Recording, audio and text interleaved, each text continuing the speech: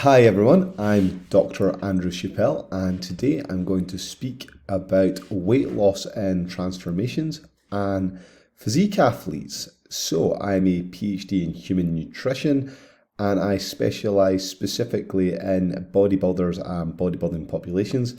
And I coach athletes via my company ProPrep Coaching with my partner Stephanie Noble.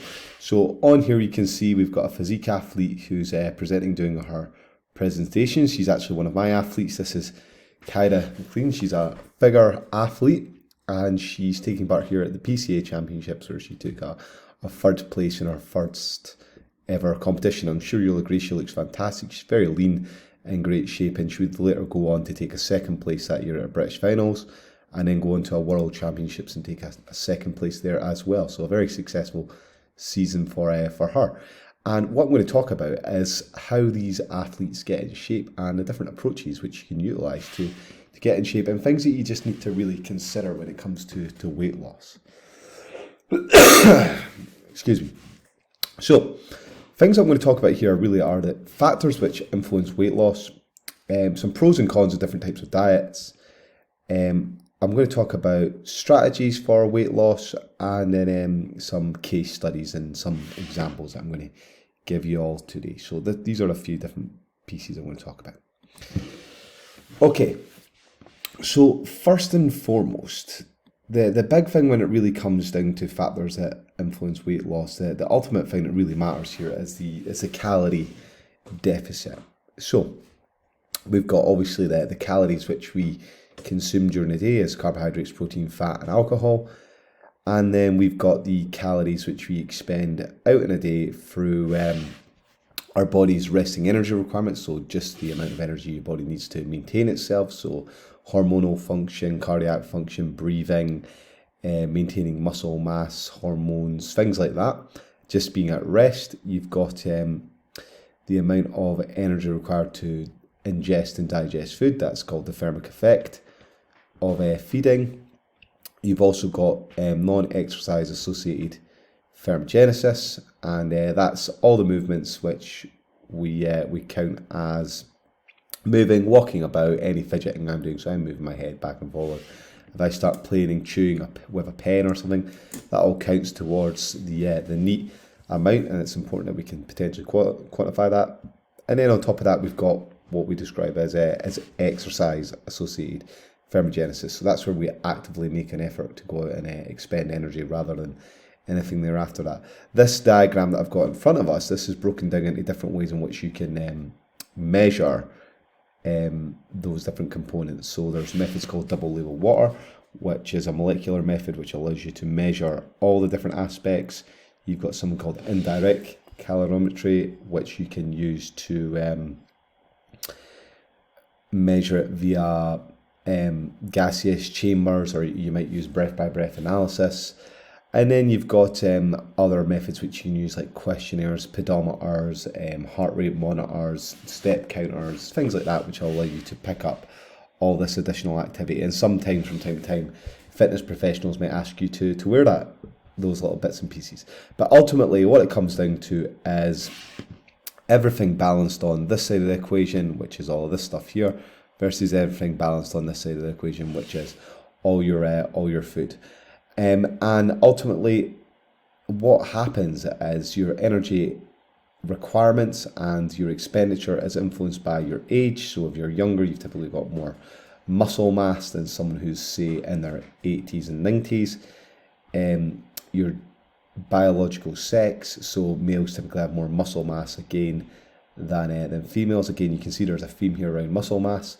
The amount of mass you've got, again, muscle mass again is important. Bone mass, what your activity level is, and then obviously your master regulator of energy production, which is thyroid hormones. So if you've got a fully functioning, normal working thyroid, then you'll release plenty of cortisol, which will tell your body to break down energy and to utilize it. If you don't, then your body will not be telling you to process energy.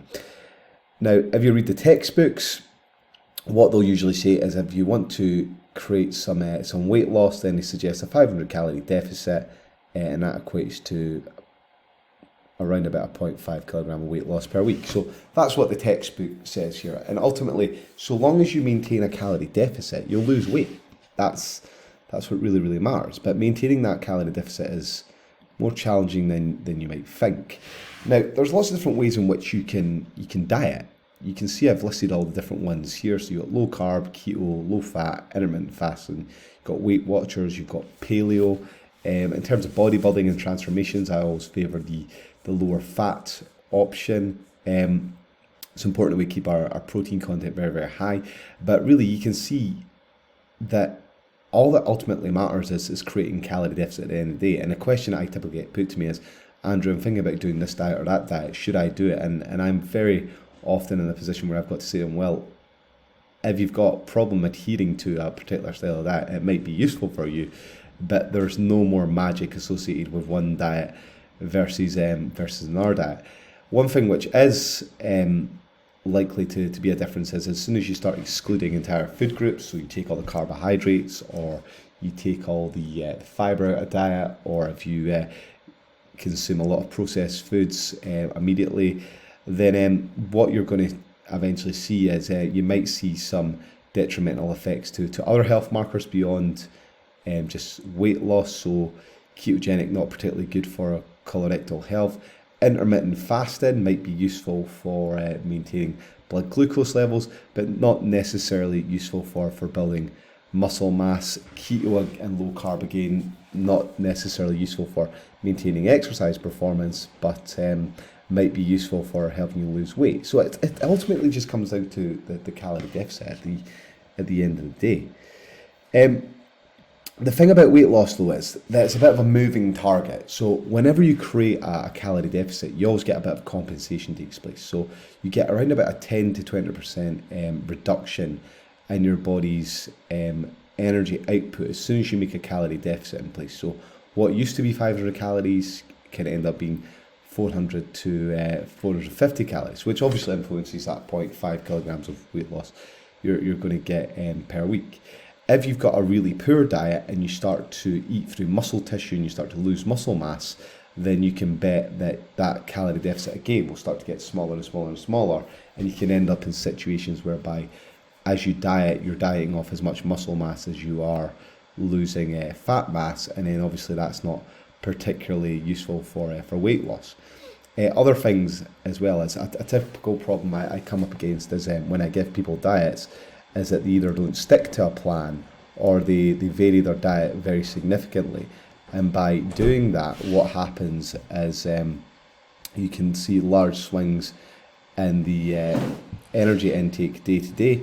And because of that, what can happen is you can end up being not in deficit some days and in calorie deficit other days. And that's not particularly useful for weight loss as well. What you really need is consistent intake, consistent activity levels and consistent sleeping patterns to allow your body to facilitate the continuous cycle of what we call lipolysis, so the breakdown of fatty acids for the release of energy.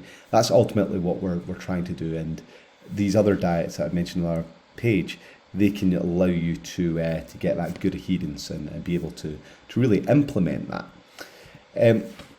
Adaptive thermogenesis. So as I mentioned before, sometimes what happens is we end up being in a situation of whereby our body makes that 10 to 20% adaptation, so we don't get the same amount of calorie drop as we might like. And one thing that people have talked about is reduction in things like fidgeting, not moving as much. If you ever talk to competitors, then they'll say things like, oh, I'm a lot more tired, I don't want to get up quite as much, I'd rather sit more on the couch. And you're always sort of fighting against that. People have talked about different strategies which they've utilised, so things like wearing weighted vests to overcome these sort of weights, but then obviously that comes with its own problems too, once we going around wearing a 10 or 15 kilogram weighted vest for 20 weeks for 8 hours a day just to overcome a 100 calorie drop. Is it worth it? Really, it's up to you. This can be whereby things like cheat meals can be popular, so if you've got a reduction in your overall BMR or that amount of energy that you're expending per day, then having things like refeeds and cheat meals can boost that back up and allow your body to overcome these reductions. There's a lot of interest around these things. There's obviously a psychological benefit associated with these things as well. In terms of dietary strategies, if there are a few things that we've got to consider whenever we go into a calorie deficit, our body is going to start to utilize the process of gluconeogenesis, and that is the process of creating glucose or glycogen from non-glucose stores. So we break down fatty acids. We use the fatty acids for energy. Fatty acids are joined in chains that we call triglycerides. The glycerol can then get utilized to make glucose. The other concern though for us really is that we can break down protein through a process called proteolysis, and when we break down proteins, what can happen is we end up losing muscle mass for the sake of creating glucose. So it's important that our bodies it's important that our diets are not too severe, and when we start to go to large calorie deficits or really low carbohydrate diets, we can really be in danger of breaking down our body's protein stores for the sake of making glycogen, which ultimately influences the amount of muscle mass that we've got on our diet at the end of the day. Over here you can see we've got the metabolic pathways. I don't really need to go into, but you can see how it's all interconnected from here. Incidentally, there's some nice case studies of natural bodybuilders getting ready for contests, and whereby diets have been severe, low carb, and very, very quick to help lose weight loss. We've seen up to 43% of the muscle, or rather weight, which is lost just coming purely from muscle mass, and that's also a catastrophic diet from there. So ultimately what we want to do is we want to get the calories just right. So you want to get yourself somewhere around about here. So you've got a calorie deficit around about here, so you'll allow yourself to lose weight, but not too low so that you're absolutely starving and that you start to lose muscle mass at the end of the day. So that's really what we're trying to aim for as well. Different ways in which you can do that. So across the top here, I've got a nice example. So you can see the blue line here is your body's energy requirements, your basal metabolic rate. We've got days of a month here. And you can see that over time, the BMR does reduce. So the calorie intake needs to be adjusted as we go along at the same time to bear that in mind. Different strategies. So you've got what I'd call a stable intake here. So this is eating calories for the days when you exercise, reducing the calories when you don't exercise, and then eating them again when you exercise. So this is a weekend. You can see this is one day during the week. And we've got this up and down pattern, and you can see the average energy intake. Other patterns you can see are things like carbohydrate cycling. So you go high day intake, medium day intake, really low intake, straight back up to high day intake, and you've got this cycling effect. And the cheat day approach is very similar to that, and you've got this cycling effect as well. But you can have a larger bolus dose of carbohydrates on your cheat day, so long as you then draw it back on there. And the idea with these sort of cycling approaches is that you might be able to maintain your BMI, or rather BMR, at a much higher level from there. Of course, the problem is with the cycling approaches is it doesn't say anything about how it's going to influence your training, because we need the carbohydrates to maintain intense exercise. So here's typically what happens to stored glycogen levels when we start a training day and at the end of the training day, and you can see that we've got muscle glycogen stores, and after every session and every day they just get that little bit lower. Here's another example of this, a difference between a high carbohydrate diet and a low carbohydrate diet. This is a time course. You can see you've got, these are carbohydrate meals. And again, pause this if you want to look at this in more detail. But you can see over time what happens is that the muscles get more and more depleted of carbohydrate. And the problem with this, of course, is that whenever we want to do any weight training, we know that high intensity exercise, so the sort of stuff you do when you're doing bodybuilding training, where you build a lot of lactate up in the muscles, really is largely dependent on carbohydrate, whereas the low intensity stuff, which is really the sort of 20 to 30 rep stuff, the cardio exercise, really utilizes a lot more fat. So if you want to train well, then it's very important that we've got enough muscle glycogen stores. And this is an old graphic, but it's one that we're well aware of, and exercise scientists have been aware of for a long time, that people typically perform better when they've got enough carbohydrates compared to sort of high fat diets and low carb diets at the end of the day. So we've got to have a balance in the diet, and certainly the ProPrep method is always to try and go a lower fat, maintain the carbohydrates as high as we possibly can throughout the diet, for the sake of trying to promote as much muscle mass on the frame, much exercise intensity on the frame as we possibly can. Okay, time ultimately is the most important commodity. So we want to keep the muscle on our frame. The more time you've got, the better, because quicker weight loss diets typically lose weight from muscle mass more than slower weight loss diets. If we can have ourselves 2 weeks to spare for a diet, that always helps. So we've got a little bit of extra time. And then the length of the diet really does depend on a few factors. What's their starting point? Are you in shape or are you not in shape? If you're not in shape, then you've got to diet longer than someone who's in shape, and you'll see what I mean from the case studies. Males versus females, and experienced competitors versus non-experienced competitors. There's also genetics too. Some people you'll give a diet to, they'll just lose weight, and that's not fair, but that's just what it is. Other people will have to fight for absolutely everything. Females typically are slower at losing weight than the males in my experience, and then more experienced competitors kind of know what they're going up against, and know how long a diet is going to be compared to the novices. Everything is more stressful for a novice because it's all brand new at the end of the day, and it's your job to guide them through the process. Higher intakes, it's important that we get the intake as high as we possibly can, so that, and sometimes we might need to do something that's called a pre-diet as well. So you can work out some sums, and this is a useful exercise for anyone who's thinking about losing weight. But if you've got someone who's, say, Joe Blogs, 100 kilos, it's 20% body fat, he's got 3,000 calories is what he's starting his diet at, and you know he's 20% body fat. If he's wanting to do a bodybuilding contest, you're probably talking getting him down to 5% body fat, so he's got 15 kilograms to lose. That's 33 pounds. At 15 weeks, that would be around about 2 pounds per week with a 500 calorie deficit.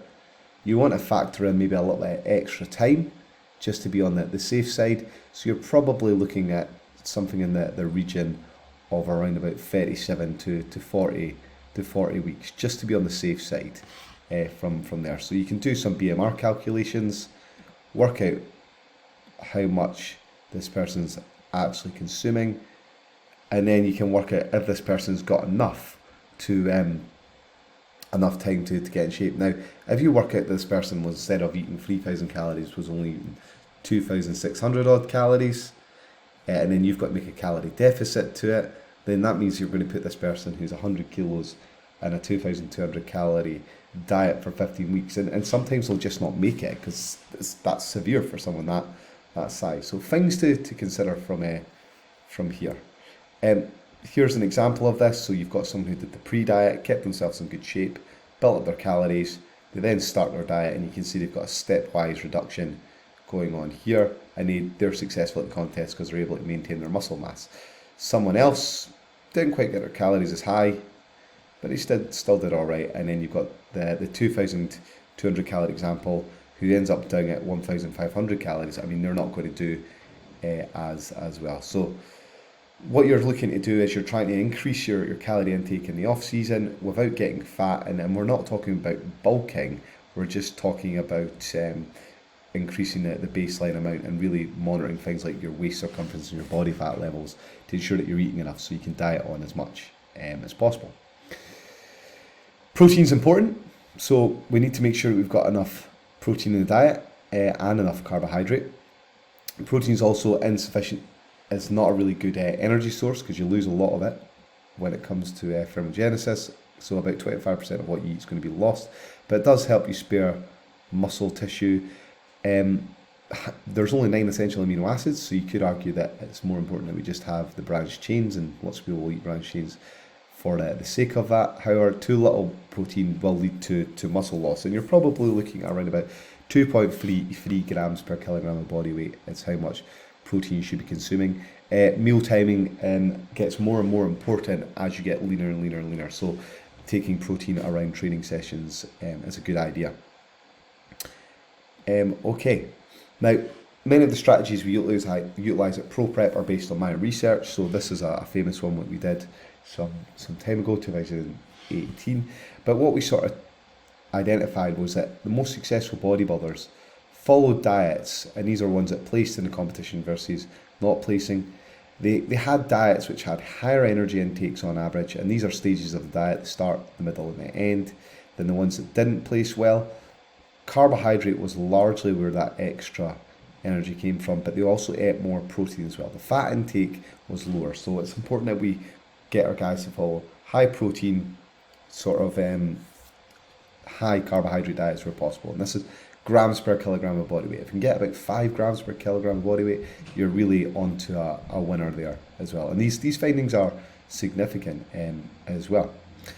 Now, a few other things that we need to consider. When it comes to weight loss and when it comes to dietary strategies, what you're really looking at is an outcome. And if you follow the approaches and the strategies that we're saying to follow, then they work. There's absolutely no doubt that they work. And this is a good quote by Jordan Peters, and I think it's a great one, but he's right. People will literally eat nails and cardboard if they think it's going to help them win a competition. And that's really what you're up against when you're competing against people. So you can't afford to be lax. You can't afford to take shortcuts or to skip meals or to cheat on your diet, because you've got people that you're going up against that are doing those sort of things. And saying that though, you don't have to eat nails and cardboard. You can make good dietary choices. So it's important that we eat foods which are nutrient dense and energy poor. So vegetables, cereals, these things are also satiating because they've got fibre in them, and they keep you feeling less hungry rather than refined foods like your cream of rices that you might want to eat compared to something like porridge oats at the end of the day, because they've got a lot of volume in them, minimum processing, and they keep your gastrointestinal tract nice and healthy as well. So clean eating can be boring.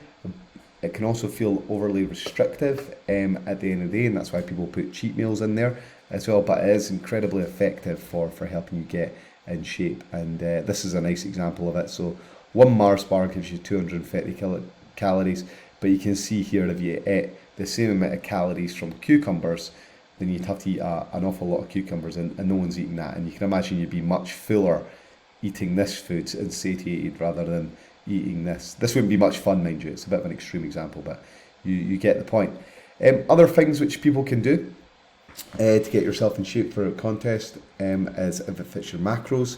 I should specify that this works very well for getting yourself in shape.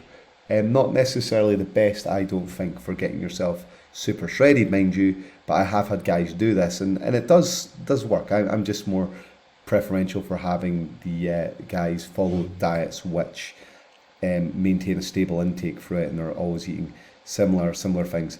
It is potentially less restrictive because you've got more choice. It can be more social.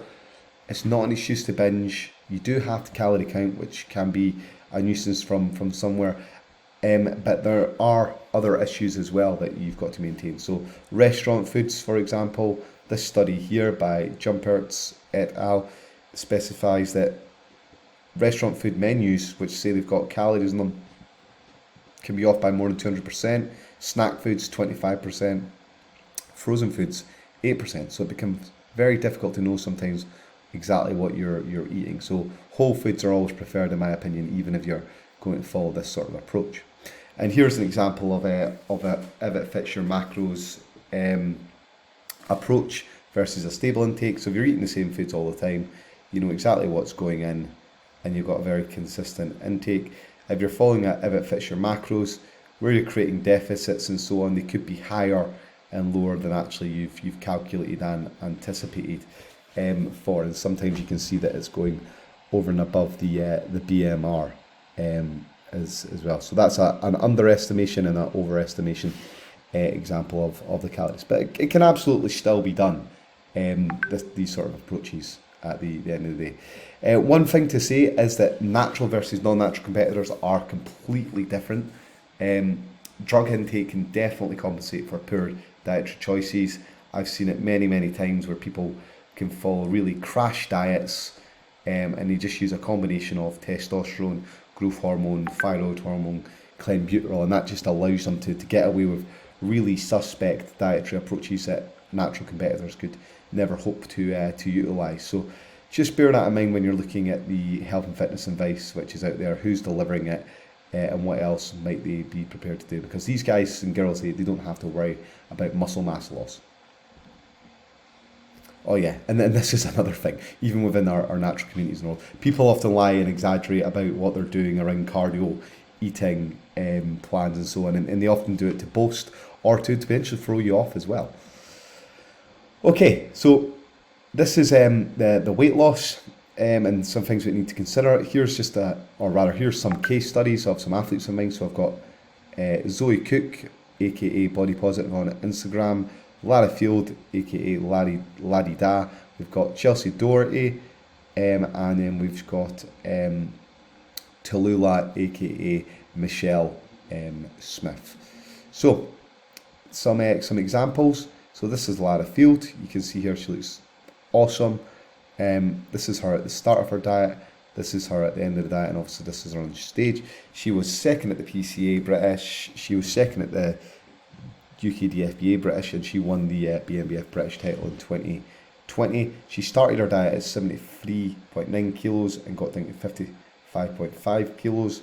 So a huge amount of weight loss, almost 20 kilograms, not quite, but you can see we tried to keep her at around about 0.5% of weight loss per week and around about 0.35% per week in terms of the kilograms of loss. This is the graphic, and you can see there were periods where she had rapid weight loss, and then she had stagnation, then rapid weight loss again, consistent, and it goes up and down. And this is the general pattern that you see throughout, and where these spikes are at the end are where she did contests, because there's 3 different competitions from here. The big thing from Lara here though was that she was too heavy to start with, and that really she should be starting her next prep at around about 64 kilos rather than the 74 kilos, because if she does that, she'll only be 13% above her previous stage weight, and then that allows her to have a 20-week shorter diet. So things to look at here is you've got decent weight loss initially. It kind of levels off a little bit, but there are peaks and troughs along the way as well. So this was following one of the pro-prep dietary approaches, which was high in carbohydrates, high in protein, and low in fat. Chelsea Doherty, again, looks fantastic. She won the PCA First Timers. This is a great picture of her and with Kyra on stage, actually. Both of them did the same competition, and you can see it's a really good transformation from when she started to where she eventually got to. You can see started at 66.4 kilograms, managed to lose 13.1 kilos, 25% of her weight, and it was around about 0.3 kilograms loss per week to about 0.55% weight loss per week, 46 weeks. Big thing for Kyra really again is if she can keep herself around about 60 kilos, a nice round number, then it means she doesn't have to diet quite as hard next time. So she can have a potentially 16-week shorter diet from there. And again, you can see you've got steady weight loss, but there are periods whereby it was steady and it went up. This is a number of weeks here you can see before it goes down again from here. And she did great. I was very proud of her. We've got Zoe Cook here. This is a nice acrobatic pose she's doing on stage here. This is her at the Two Bros, and these are some pictures of her taking progress shots for her. Much more steady weight loss for Zoe. The good thing about Zoe was that she didn't have to lose quite as much weight as the other girls. She still lost over a stone at 10.6 kilograms, and she was about 0.69% weight loss per week. Next time I think we'd keep her about 64 kilograms and push her to get leaner next time, because she's looking to try and win our pro card. And I definitely think she could be in contention for something like that. Okay, final example here I've got is Michelle Stewart, and she did the BNBF Scottish, which she won. She came second at the Granite City, and then she competed at the WNBF UK as a Masters competitor. You can see from where she started to where she got to, Again, amazing results on here. She was dieting for 57 weeks, so a very long diet, actually, from 82 kilograms down to 65 kilos. 17 kilos lost, around about 0.3 kilograms per week, and around about percentage of 0.36 loss per week as well. Again, if she keeps herself around 75 kilos, then we can be looking at around about a 23 week shorter diet as well. And you can see with Michelle's weight loss, it went up and down and up and down, and there's periods where it goes up until it eventually got in a nice groove over here at the same time. Now, I've shown all female examples, and I've done this on purpose because I think it's worth mentioning that weight loss in females is typically much slower than males. I can give a guy a diet, he will lose 0.5 kilograms per week. He'll not have to worry about losing muscle mass really at the same rate. His weight is not going to fluctuate to the same degree. Doesn't have to worry about hormonal fluctuations, the menstrual cycle affecting him as well. And you just don't have to diet for as long and as hard as well. So I'm going to show you some examples of this. So that was Chelsea, Lara, Zoe and Michelle. But if I actually show you, rather than just the graphics, what the actual weight loss looked like on a day-to-day basis, you can see there's huge fluctuations. And where we've got red is where we've got the highest weight for someone. This is Michelle Smith, Masters competitor, and where we've got yellow is the lowest weight. And there's some really crazy swings across a week. So you can see 78.6 kilograms on one day. The rest of the week that she weighed herself, she was 77 kilograms. So almost a kilo difference. You've got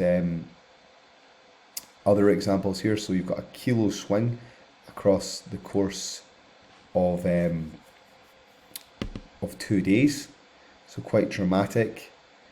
And here in this particular week, she weighed herself on Monday after being as low as 77.5 kilos. And then the next day she's weighed herself, she was 79.8 kilograms. So again, major swing here in the amount of weight that she's put on over the course of the days, and then she's back down to 76.3. If she was someone who had not been tracking her weight and had just been weighing herself every Monday, at this point she would have been really disheartened, but then she's weighed herself the next day, and that's something that she's conceded to me as something that she's really struggled with her whole life, is following diets and then seeing that her weight goes up and then it goes down, and finding that she's just going to smash a whole load of biscuits because she's not getting the results she wants when she could have weighed herself over the course of the week. So you can see huge fluctuations in weight like this, and it's largely water. Same thing here. This is Chelsea, and an example that I'm going to show you with her. Chelsea's a shift worker. Same idea. You can see large variations in the amount of weight that she might be gaining from day to day. So there's a 0.5 kilogram difference over the course of a few days, just like that. There's a kilo swing just from here, and this is really all coming down to just sleeping patterns from there. Other useful things though that you can do is you can take measurements to track to see how you're getting on as well at the same time. Okay, so I'm just about to wrap this up now. Hopefully you found this useful, but lessons over the course of it is that when it comes to weight loss, the big thing we need to focus on is a calorie deficit. There's lots of different ways that we can create a calorie deficit, but preserving muscle mass is ultimately, as sports nutritionists, our main priority. And if we want to get in shape for contests, the main thing that we want to really focus on. Weight loss is slow, and it can be really unpredictable, particularly in females. So it's important that we get plenty of time to get in shape for these particular competitions. Thanks very much for your attention. That's my presentation. If you want to find out more information, please do check out the various Instagram pages, the websites as well, and also check out the WNBFUK.com. And hopefully this gives you a bit more of an idea about things to look out for when it comes to weight loss. I guarantee you that if you're in a calorie deficit, you stick to the plan and you just give it time and be patient, it will work over the course of time. There are lots of different things you can utilize, like diet breaks, refeeds, calorie cycling, but as long as you stay the course, it will work. It really is just a matter of time. Okay, thank you for your time. Ciao, ciao.